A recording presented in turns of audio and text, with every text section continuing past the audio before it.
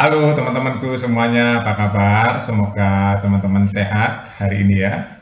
Hari ini tanggal 22 Desember 2024. Teman-teman, saya akan membawakan narasi pakai bahasa rakyat ya. Saya nggak akan pakai bahasa yang canggih-canggih, teman-teman ya. Walaupun saya ngerti bahasa canggih, bahasa analis, bahasa yang lain-lain, tapi saya lebih suka memakai bahasa rakyat. Kenapa? Ya ini karakter ya teman-teman, karakter seseorang itu tumbuh itu berbeda-beda ya. Jadi kita harus menemukan karakter kita tuh ada di mana ya supaya kita memiliki jati diri kita. Nah, walaupun saya sejak remaja ya teman-teman, saya kumpul orang-orang luar negeri, kumpul orang-orang asing, orang bule, orang Cina, orang mana aja ya. Tapi saya tetap ya bahasanya ya medok begini teman-teman ya. Saya nggak pernah sok Korea-Koreaan, sok Inggris-Inggrisan gitu, nggak pernah. Tapi dari kecil memang kuat sekali karakternya, bahwa saya diso teman-teman ya. Jadi saya suka hal-hal yang orisinal. Makanya saya mau berpakaian juga yang orisinal, yang nggak perlu yang mengada-ada ya. Jadi enak pakai kaos biasa, terus dari semuanya serba orisinal ya, serba sederhana ya teman-teman. Kesederhanaan itu nikmat dan damai. Itu clue-nya ya teman-teman. Nanti terjemahannya panjang tuh ya. Walaupun kalimatnya sederhana tapi untuk penjelasannya itu panjang lebar ya teman-teman. Itu butuh waktu yang lama, butuh perjalanan yang lama ya untuk memahami itu. Jadi saya mau cerita tentang analisa saya beberapa tahun yang lalu tentang Gibran ya teman-teman. Kalau teman-teman lihat video saya yang sudah ribuan itu ya, saya sering menganalisa Gibran dari dia sebelum jadi wali kota. Ya, sebelum dia jadi wali kota saya bilang Gibran itu akan menjadi pemimpin yang memiliki karakter tersendiri ya, memiliki karakter yang kuat, dia nggak terombang-ambing dan dia stay ya, stay itu dalam arti kukuh ya, kekeh, kukuh dan kekeh ya. Dia punya brand sendiri ya tentang dirinya. Jadi Gibran hari ini semakin matang ya teman-teman, di dunia politik semakin matang. Dia start sebagai wali kota dan dia menuntaskan tugasnya dengan baik sebagai wali kota, membawa kota Solo ya menjadi lebih maju, lebih dikenal, lebih bersih ya, pembangunannya juga pesat ya. Yang kota tadinya intoleransinya tinggi ya, sekarang toleransinya yang tinggi. Jadi dibalik sama Gibran, dulu intoleransi ya yang tinggi, sekarang jadi toleransi yang tinggi. Itu kota Solo di saat pemerintahan wali kota Gibran. Saya sudah prediksi Gibran akan naik ke tingkat nasional teman-teman saat itu, karena memang dia memiliki karakter yang kuat ya, dia memiliki branding yang kuat. Gibran adalah ini gitu ya, Gibran adalah ya Gibran. Beda dengan Gibran adalah disamakan dengan yang lain, enggak sama. Gibran adalah Gibran.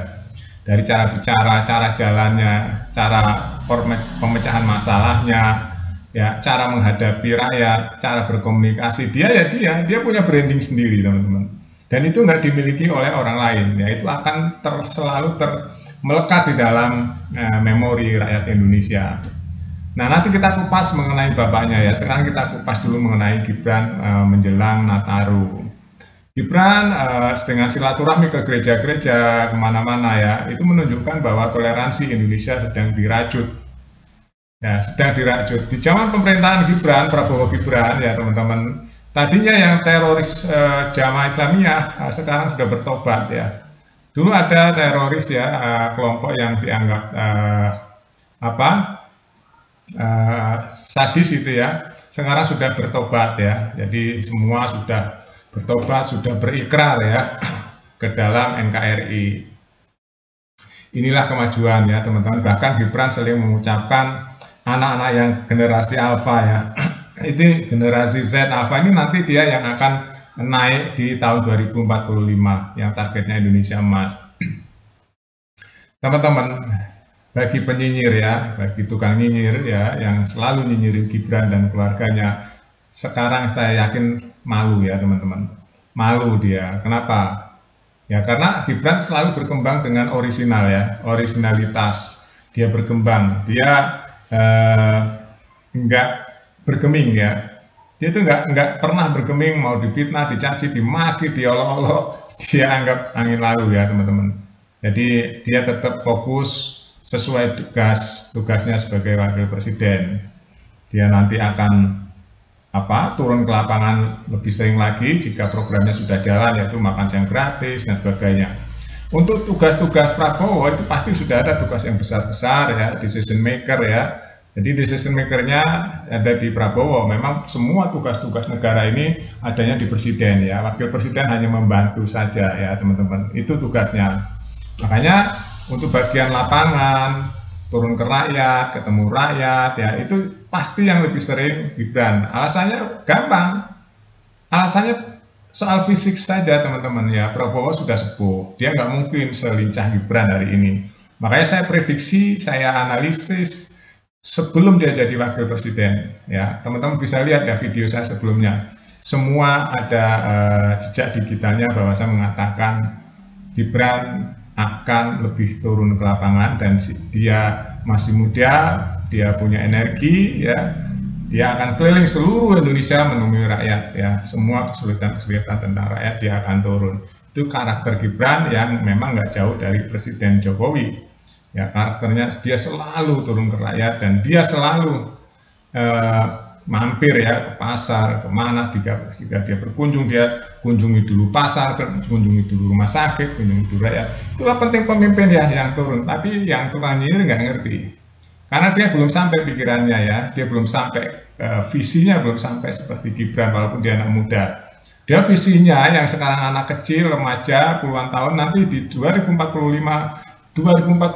yang sekarang kecil itulah yang akan berperan ya menggantikan seniornya teman-teman. Makanya harus disiapkan dari sekarang ya. Itu makanya saya kalau ada orang yang kerjanya mengkritik tapi tidak memberikan solusi, saya kadang-kadang sudah berpikir apa dibalik semua itu, kenapa dia mencaci, memaki ya, mengkritik tanpa solusi, seolah-olah dia yang lebih tahu ya, seolah-olah dia tahu segala-galanya ya, padahal dia pengalamannya hanya membaca buku ya, dia nggak praktek ya.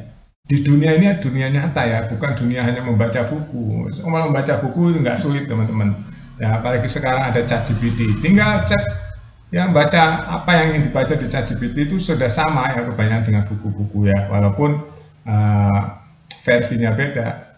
Tapi beda, itulah hanya teori saja membaca, dia nggak bergerak, fisiknya nggak bergerak, bodinya nggak bergerak, otaknya ya nggak ketemu sesama manusia, itu beda. Tapi yang namanya orang di lapangan itu berinteraksi dengan manusia juga, semua sama rakyat, sama sesama. Itu yang membedakan orang-orang yang suka ngelantur secara teori tapi dia nggak ngerti di lapangan seperti apa. Makanya bedanya orang yang suka turun ke bawah sama orang yang nggak suka turun ke bawah itu beda ya. Jadi decision makingnya itu beda teman-teman, atau pengambil keputusannya itu beda.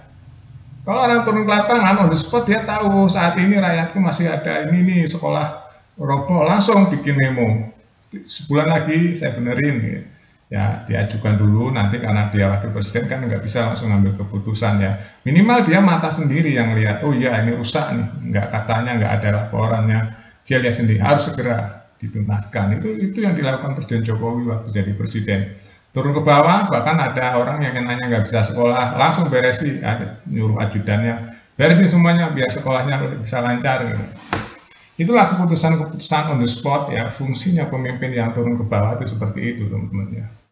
Jadi topiknya yang saya bicarakan hari ini adalah Gibran semakin bersinar, semakin berpengalaman, semakin belajar, dan dia semakin mantap ya dalam dirinya, itu diisi oleh kebaikan-kebaikan, diisi oleh pengalaman-pengalaman yang sedang berjalan hari ini. Dia akan semakin penuh nanti pengalamannya dan dia semakin bisa mengadaptasi apa yang sedang terjadi di dalam masyarakat atau di rakyat Indonesia ya. Terima kasih teman-teman, itu berita hari ini. Kita nanti akan ada berita-berita lain di Kuat Makan TV. Sampai jumpa.